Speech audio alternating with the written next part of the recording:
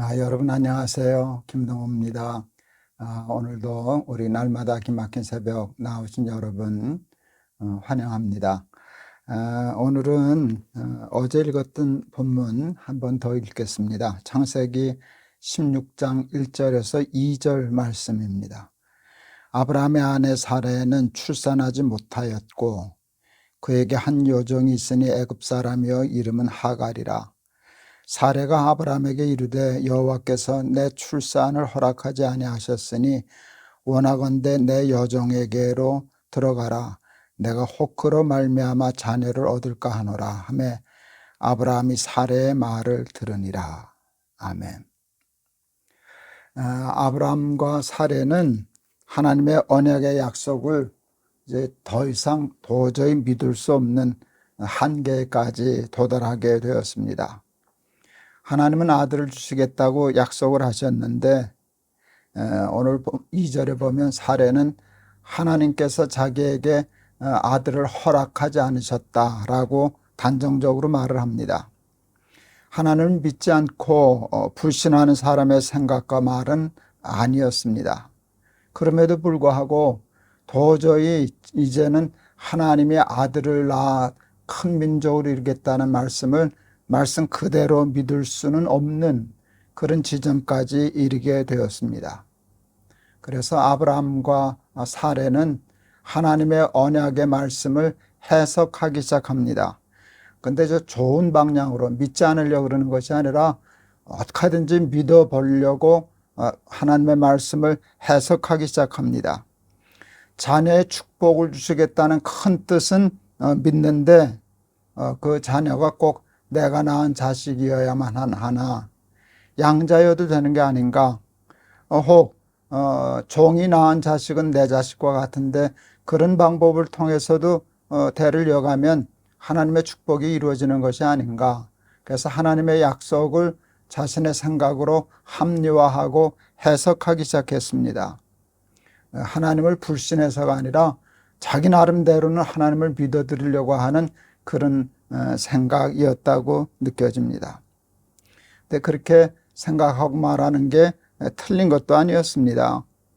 여러분, 그때 아브라함의 나이는 85세였습니다. 하나님이 아브라함에게 축복을 약속하신 때가 75살이었거든요. 벌써 10년이 지났어요.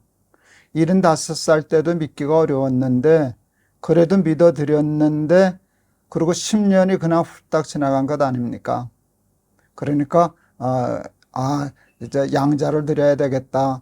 하갈을 통해서 자식을 낳아도 그게 아브라함의 자식이고 그러니까 그렇게 하는가 보다 하고 해석하는 것이 꼭 틀린 것은 아니었다 생각합니다. 아브라함도 사레의 생각에 동의했습니다. 그래서 여기 성경에 보면 아브라함이 사레의 말을 들으니라. 이게 매우 중요하잖아요. 하나님의 말씀을 들은 게 아니라 이제 사레의 말을 듣기 시작한 거예요. 근데 사레는 하나님을 불신하는 사람은 아니었거든요. 그러니까 그게 맞아, 그게 하나님의 뜻이야. 뭐 꼭 사레에게서 낳지 않아도 아브라함의 씨인데 하갈을 통해서 낳아도 아브라함의 자손이지 하는 이렇게 해석을 하기 시작했던 것입니다. 아브라함이 생각하기에 일리가 있어, 그 말이 맞을지도 몰라, 이런 단계에 이르게 되었습니다. 여러분, 그런데 우리가 이런 식으로 하나님의 말씀을 믿기가 쉬워요. 그런데 하나님이 원하시는 것은 그런 믿음이 아닙니다. 정말 도저히 믿을 수 없는 한계에 이르러서도 그럼에도 불구하고 하나님을 믿고 하나님의 식과 법을 고집하는 믿음을 하나님은 요구하시는데 우리 한번 넘어지고 또 쓰러지고 하는 한이 있어도 한번 도전해보고 그것이 옳은 일이다, 합리화해도 되고 해석해도 된다라고 생각하지 말고 합리화하고 해석하고 넘어지는 수가 있어도 그건 아니야. 그건 하나님의 뜻이 아니야. 하나님의 말씀은 한 점 뺄 것도 없고 보탤 것도 없는 완벽한 말씀인데 지금 아브라함과 사레는 하나님의 말씀에서 한 점을 빼는 거잖아요. 뭐 한 점쯤 빼는 거, 조금 구부리는 거, 재해석하는 거, 그게 큰 믿음의 잘못이 아닐 것 같지만 하나님이 바라시고 원하시는 것은 한 점도 부끄러움이 없는 한 점도 빼거나 더할 것이 없는 완전한 믿음이다라는 사실을 우리 배울 수는 있었으면 좋겠습니다. 제가 지난 시간에는 말씀드렸지만 인간의 지혜는 완전하지 못합니다. 하나님의 말씀은 완전합니다. 그래서 완전연소라는 말을 쓰지 않았습니까? 하나님의 말씀대로 살면 끄름이 없어요. 불완전연소가 없어요. 그래서 공해가 없고 여러분 그 사이드 이펙트가 없다 그러지 않았습니까? 그런데 사람의 생각과 합리화는요 반드시 문제가 생겨요. 아브라함이 사라의 말이 일리가 있다라고 생각하고 하가를 받아들였어요. 그리고 임신을 했어요. 그런데 그건 하가를 통해서 했지만 아브라함의 씨 아닙니까? 아브라함의 아들 아닙니까? 그러니까 아브라함의 자손이 아니라 그럴 수는 없지만 하나님의 말씀에서는 조금 어긋난 거예요. 사레를 통해서 낳은 아들이 아니라 하가를 통해서 낳은 아들. 우리는 뭐 비슷비슷하지 않나 그렇지만 여러분 그것은 하나님의 식이 아니었어요. 그렇게 해서 아들을 결국 낳게 되었는데 벌써 문제가 생기기 시작합니다. 트러블이 생기기 시작해요. 끄름이 생기기 시작했습니다.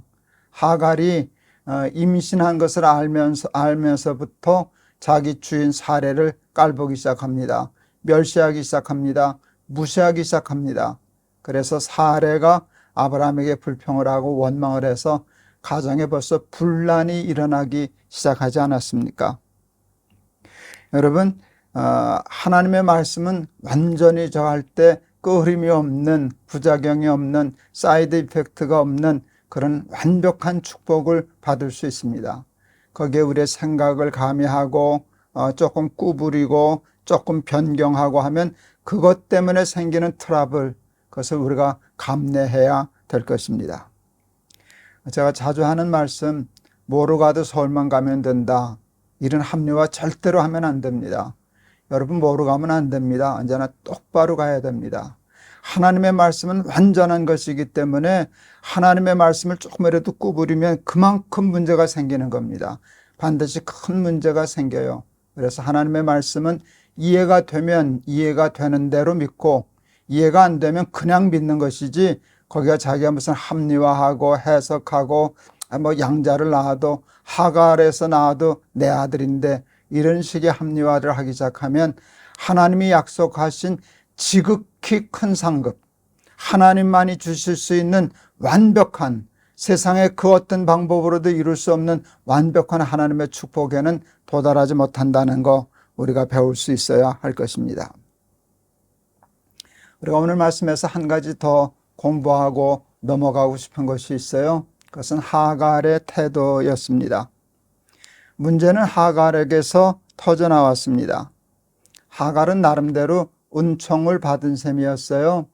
아브라함의 아들을 자식을 임신한 것이었잖아요. 자녀가 없는 가정에 대를 잇게 해줄 사람이 된 것이잖아요. 그럴 때 더 조심하고 겸손했어야 했습니다. 그리고 자기 주인인 사레의 심정을 이해하고 살피고 조심했었어야 합니다. 우리 주인 사레의 마음이 얼마나 힘들까. 그럴수록 겸손하고 이 아이는 우리 사레 주인님의 아들입니다. 그리고 자세를 낮췄으면 도리어 가정에 평화가 있고 더 중요한 것은 하갈이 고난을 당하지 않아도 되지 않았겠습니까? 제가 바울이 나는 부한데도 처할 줄 알고 비천한데도 처할 줄 안다 하는 말 제가 좋아해서 자주 인용하지 않았습니까? 다시 말하면 하갈은 지금 종이었던 신분에서 아브라함의 아내가 되는 부한데 처하게 되었습니다. 갑자기 비천한 종에서 부한데 처하게 되었는데 처할 줄을 몰랐습니다. 교만하지 말고 더 겸손해야 되고 임신하지 못한 주인의 마음을 헤아릴 줄 알아야 되고 더 낮아져야 되고 그랬어야 되는데 시기하고 깔보고 멸시하고 그래서 문제를 자초하지 않았습니까? 여러분 교만은 패망의 선봉이라 하는 말씀이 그런 일입니다. 근데 우리들에게도 여러분 하갈의 심보가 있습니다.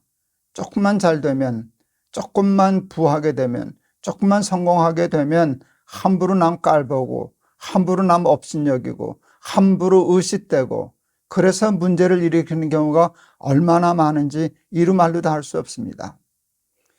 여러분, 부하면 부할수록, 높아지면 높아질수록 더 겸손하고, 그것을 가지지 못한 사람들의 심정을 이해하고 더 낮아져서 따뜻한 마음으로 세상을 섬기려고 할 때 세상이 좋아지는 것인데, 하갈과 같이 비천한 데서 갑자기 부한 데 됐다고 의식거리고 낭깔보고 주인도 멸시하고, 그래서 그 트러블을 자초하는 그런 트러블 메이커가 되는데, 여러분, 우리 하갈에서도 배워야 할 것이 참 많이 있습니다. 갑자기 우리에게 주어진 축복의 기회가 있었을 때 그것을 잘 하나님의 뜻대로 많은 사람들에게도 복이 되도록 잘 사용을 할 줄 아는 그런 우리 날기세 가족이 되었으면 좋겠다 하는 생각을 오늘 말씀을 읽으면서 같이 또 생각해 보았습니다.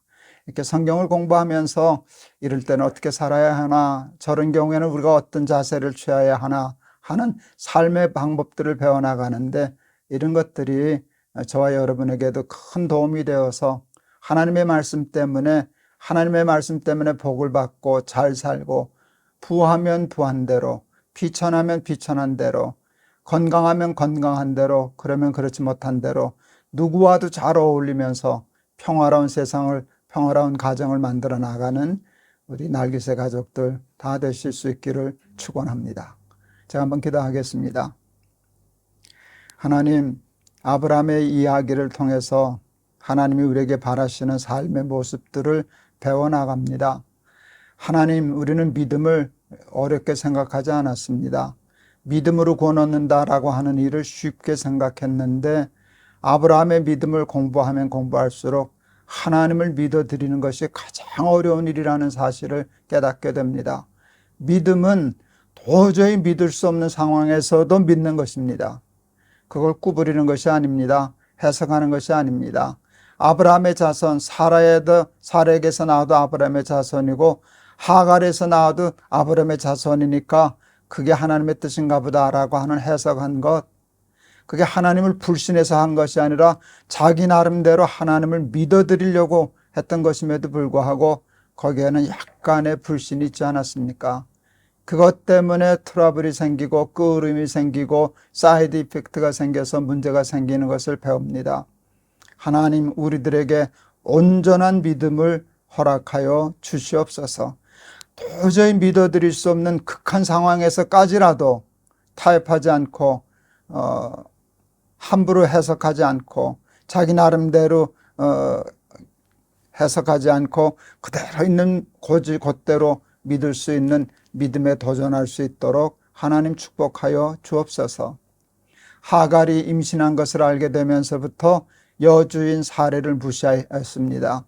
비천한 종에서 아브라함의 아내가 되는 부한데 처했지만 처할 줄 몰라서 문제를 일으켰습니다.